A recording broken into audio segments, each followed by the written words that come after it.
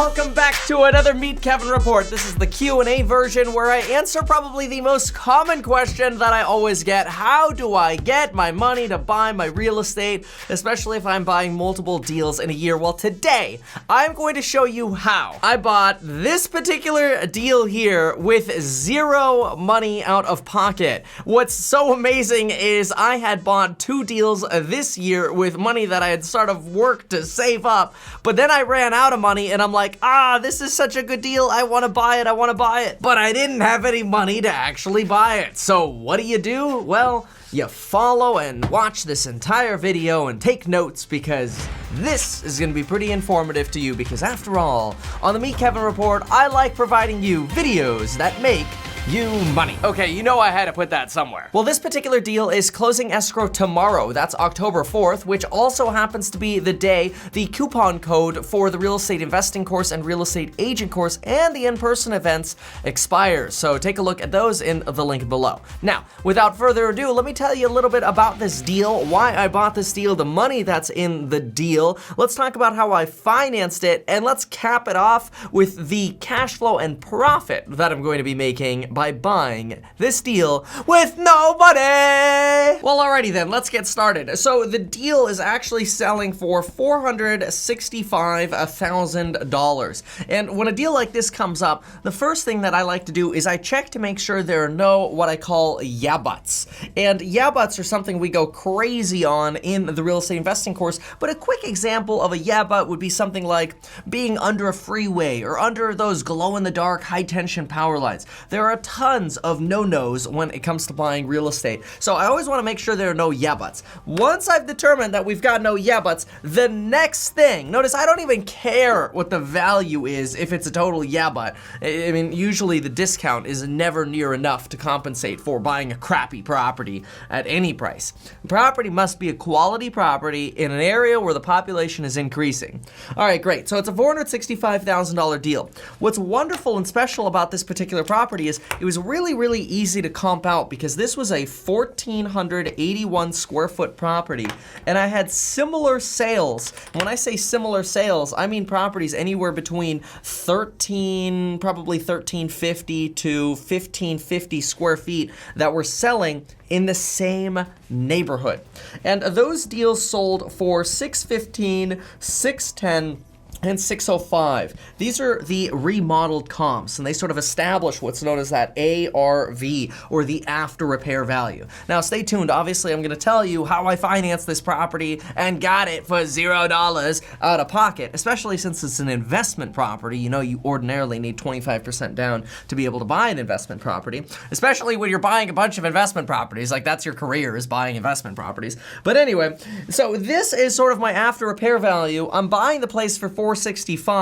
The property itself needs work at somewhere around $40,000. So this is a pretty basic remodel. It doesn't need much at all. That puts me somewhere being all into this deal of somewhere between $505. Let's just round up and call it $510. So let's say I'm into the deal for $510,000, and I get this a lot. I get people that ask me like, oh, well, Kevin, which number is it exactly? I want to know exactly which number, like what is the exact value of it? It really doesn't matter because remember, this isn't going to be a flip. This is a rental property for me, so I don't have to build in selling costs and little fluctuations in price. They really don't matter. This is a 30-year property that I'm buying. This isn't like here today, gone tomorrow kind of stuff, okay? So the fluctuations really don't matter. Things tend to go up in the long run, and that's why it's so important to buy in areas where the populations are increasing. That's much more important than the immediate cash flow you get, in my opinion. Now, the after repair value, let's just go ahead and say, call it 610, whatever. Let's just pick the middle number here. We'll say the after repair value is 610. I'm into the deal for 510, which actually now creates this equity position for me of $100,000 in bonus net worth. That is 100% financed. I go in and I borrow the entire $510,000. My net worth goes up $100,000 without touching a single bit of my own money. You know what's so interesting about that is I always get people that are like, oh, well, Kevin, what is the rate of return of your individual deal? What about this deal? What about this deal?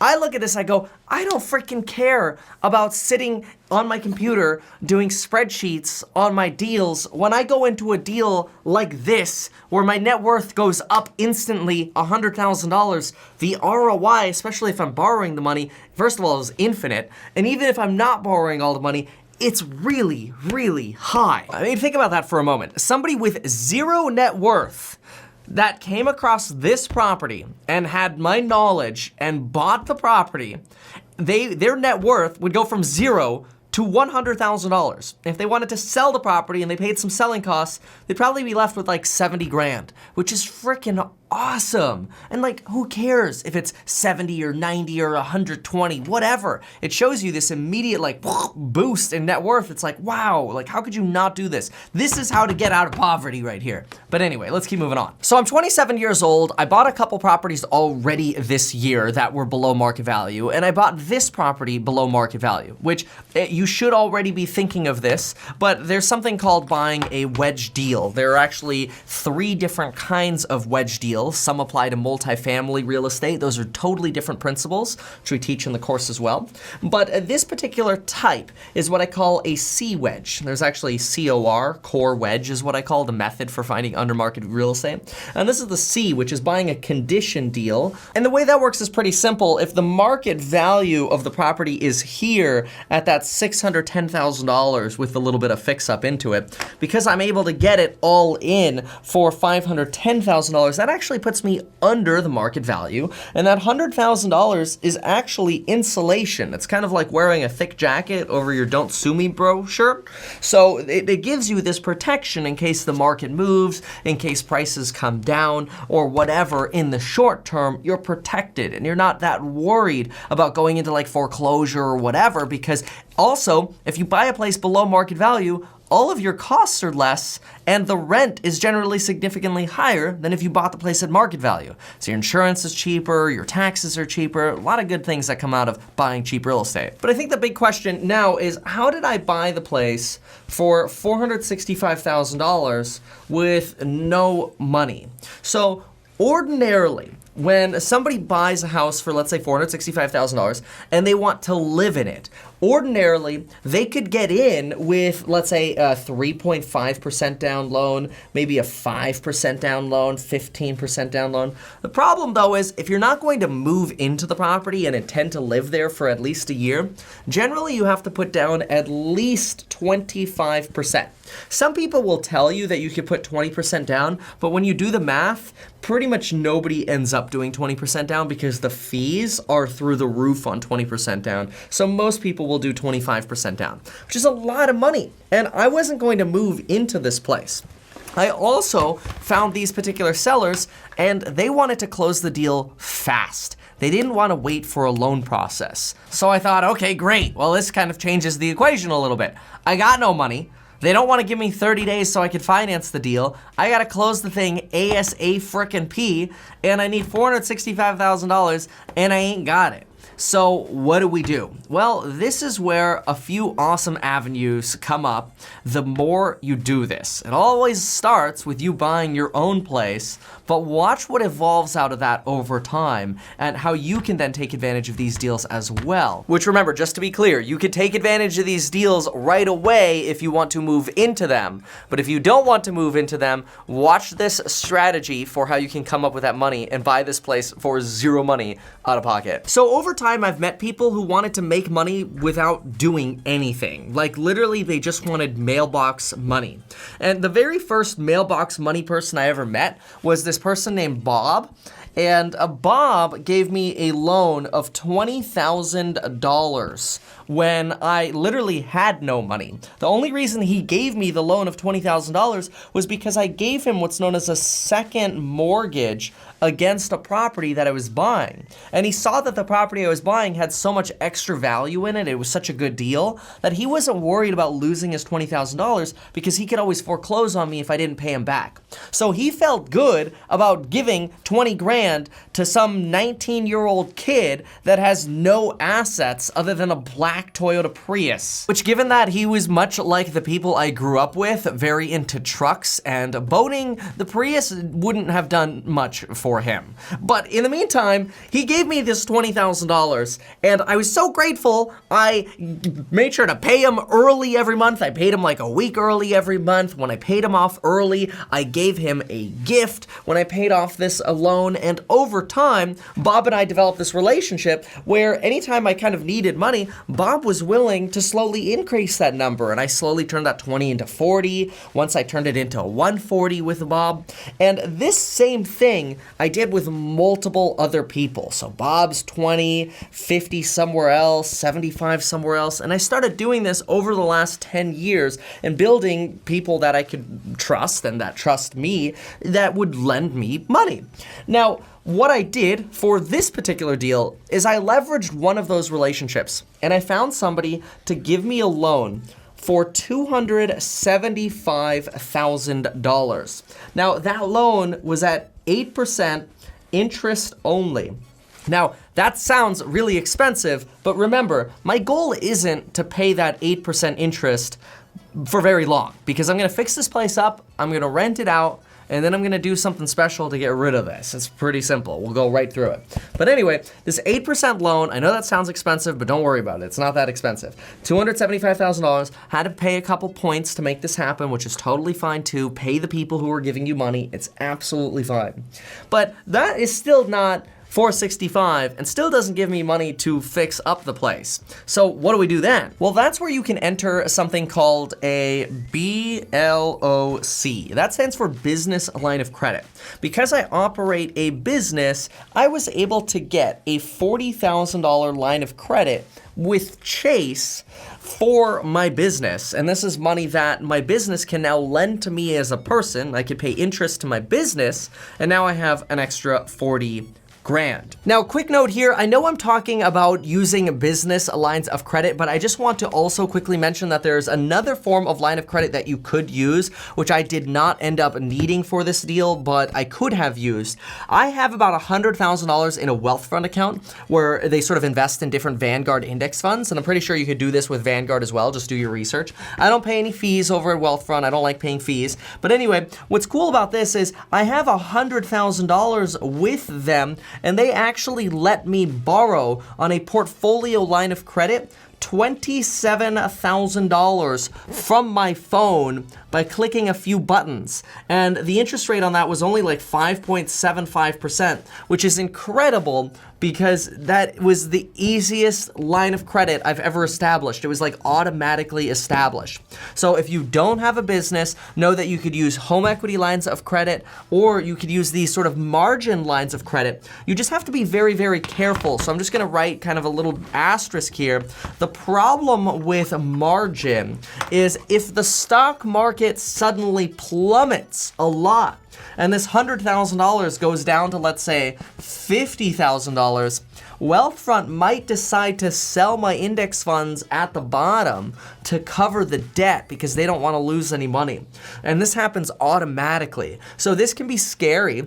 I personally much prefer the home equity lines of credit or business lines of credit, mostly because those, it doesn't matter what happens in the marketplace. If the money's outstanding, as long as I'm making the payments, the value of my business, the value of my properties, or whatever, anything could have changed dramatically. They can't pick up the phone and say, hey, Kevin, you owe us all the money today. It doesn't matter. Margin is a little bit more dangerous, but I wanted to mention it because I did transfer that $27,000. I just realized I didn't actually need it. So now I've got $315,000, but obviously I still need more money. So then, because I bought my own house following the same principles I teach on this channel and in the course, I had enough equity to where I was able to do something called a home equity line of credit. The cool thing is that didn't cost me anything until I pulled some money out of it, AKA right now, because I'm pulling some money out of it.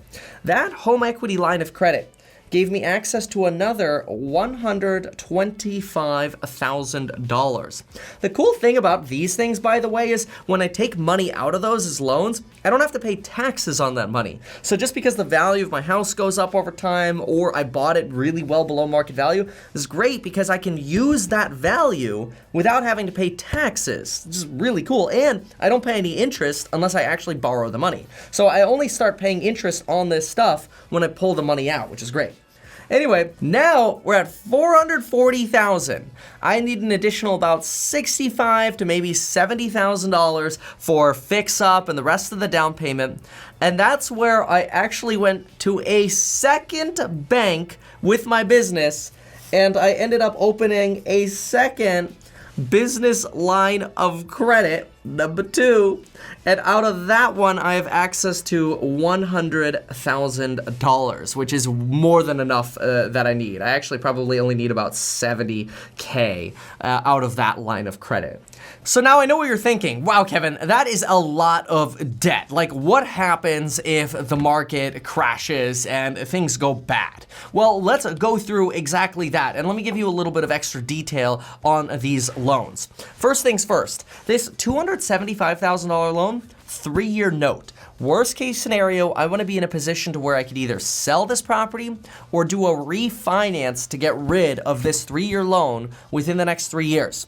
Because I have that $100,000 buffer, I feel really safe knowing that, all right, yeah, we got a thick sweater on. Worst case, I'll peel it off, I'll sell, and even like the worst case scenario, it's like, oh no, you broke even, right? And then like, wow, but like, how could you lose money when you get a deal that's $100,000 under market value? I mean, real estate values would have to drop like 20% overnight, and that usually doesn't happen. See, if values, for example, dropped 5% even over the next few months, and I got any bit nervous or I thought I was gonna lose my job or something like that, I could always just quickly sell it, cut the price, and it'd probably fly off the shelf right away. Real estate is surprisingly a lot more liquid than people think. If you just underprice something, surprise, surprise, it sells right away. So there are easy ways out.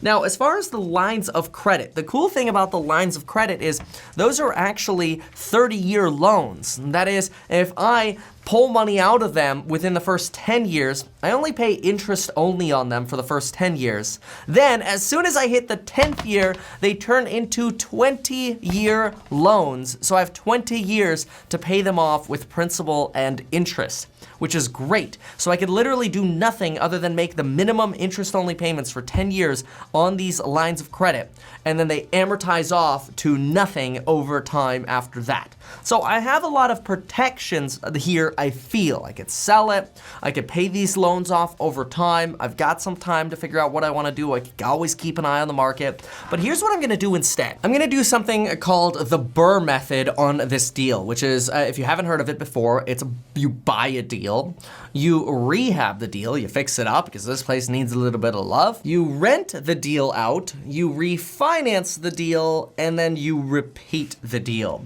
So rehab and rent, you'll have to subscribe to see more videos on that, but let's talk about the refinance portion. If I go to a bank after I am done, after I've refinanced and rented this property out, I should be able to pull out about $450,000 on this deal. And I should be able to get that money at roughly 3.75% fixed for 30 years, which is insane because that means for 30 years I'm locking in a loan at 3.75%. That's like stupid proof. Why would I not do that? That now pays off most of the debt I pulled out. In fact, it pays off that first 275, the next 40, the next 125, and it starts paying off a little bit of that business line of credit number 2, which my plan is just to over time kind of take some cash flow or extra money that I make and pay off the rest of that business line. That way, over time, I have access to not only the person who lent me money before, but all of these other lines of credit again for another deal. Now, that new loan of about $450,000 is going to cost me, and remember, always remember this acronym here, PICE, TI is going to cost me in principal and interest right around $2,084. The taxes are actually based at the smaller number that I bought the property for, usually, not always, but usually. So that's going to be about $465. Insurance will be about $50. So all in on this deal, I should be at no more than a payment of about $2,600. Now I could turn around and rent this property out, likely for around $2,900. And a lot of the astute investors watching this are gonna say, oh my gosh, with a $300 cash flow and you have to cover vacancy, management, and repairs, whatever else, that's a ripoff. That's terrible. Well, let's just talk about that for just a moment, because if that is the reaction you had, you're probably missing a lot of massive value in real estate, and your lack of knowledge will actually keep you poor. So here's the way this works. First things first, I like to set aside $200 per month for repairs and issues that come up, and we self-manage. So, okay, even if we didn't self-manage, fine. Call it a break even, whatever, it doesn't matter. What's important to know though, is there are a few ways to make money in real estate. Number one, there's cash flow, which I actually don't like having too much cash flow. I made a video on why cash flow keeps you poor. I'm not in the place in life where it makes sense for me to have a bunch of cash flow. It would actually be punitive for me to have cash flow. So I'd rather have these other forms of making money.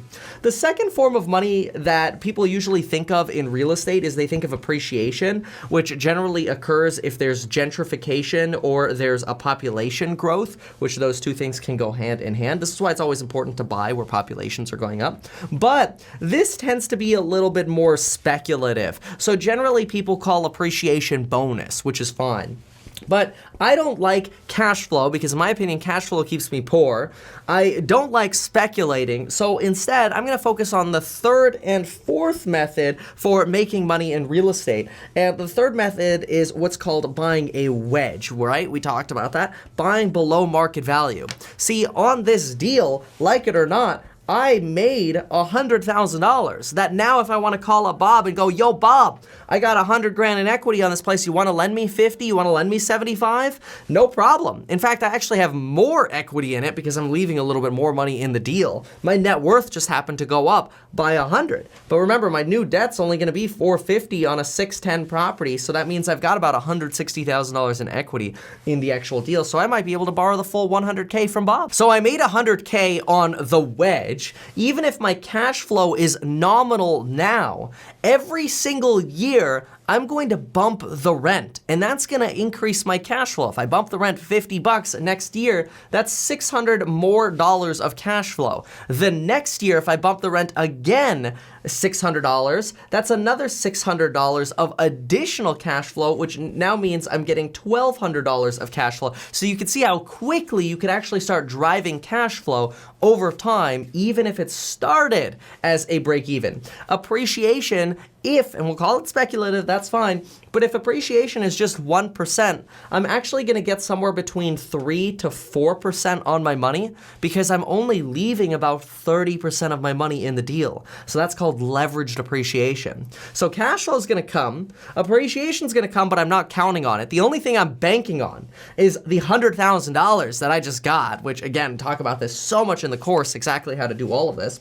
But the other thing that's happening is every single month, the tenants are probably paying off somewhere around $400 in principal, which is close to $5,000 per year that the tenants are actually paying off the loan for me. So this is called principal paydown, always spelled P-A-L at the end because principal is your friend, it's your pal. And now when you look at real estate in total, you could see how it's actually somewhat ignorant for somebody to go, oh, break-even deal, that's a terrible investment. It's like, wait a minute. There's a lot more to real estate, and it depends on the area you're in as far as which strategy is going to work best for you. Now, I get a lot of people that say, well, Kevin, wedge deals, that's fine and dandy, but I can't find any wedge deals in my area. And I think it's extremely important to ask yourself, one, are people flipping in your area?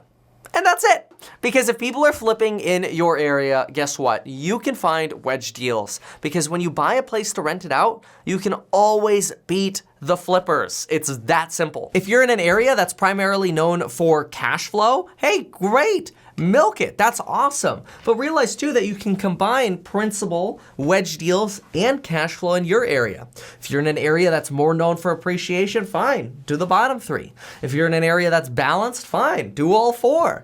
Like there's no one size rule for real estate, and all of these things are going to be what make you very, very wealthy. So folks, there you have it. That is exactly how I bought this deal for $0. My plans and expectations for how this deal will evolve, and some theories on how you can make a ton of money in real estate with essentially no money. Follow me on Instagram, check out those courses below before that coupon code expires tomorrow, and folks, we'll see you next time.